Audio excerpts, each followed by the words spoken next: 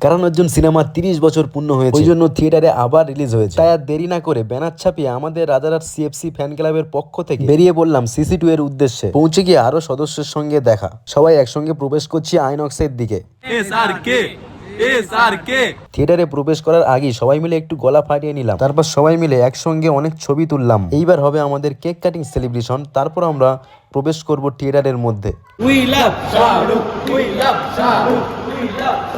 Cake cutting সেলিব্রেশনে আমরা সবাই মিলে অনেক এনজয় করলাম। এইবার আমরা সবাই মিলে একটু কেক শেয়ার করে খাবো। তার আগে একটু বলি, যে বাচ্চাটাকে এক্ষুনি কেক খাওয়ানো হলো সে কিন্তু শাহরুখ স্যারের খুব বড় একটা ফ্যান। সে চলে এসেছে আমাদের এই ইভেন্টে যোগ দেওয়ার জন্য। কথা বলতে বলতে আমিও কিন্তু কেকটা খেয়ে নিলাম। অনেক হলো কথা, এবার আমরা দেরি না করে প্রবেশ করব থিয়েটারের মধ্যে। ওই জন্য সবাই মিলে প্রবেশ করছি থিয়েটারের মধ্যে। গিয়ে সিটে বসেই দেখতে পেয়েছি কারণ অর্জুন সিনেমার প্রথম রিল।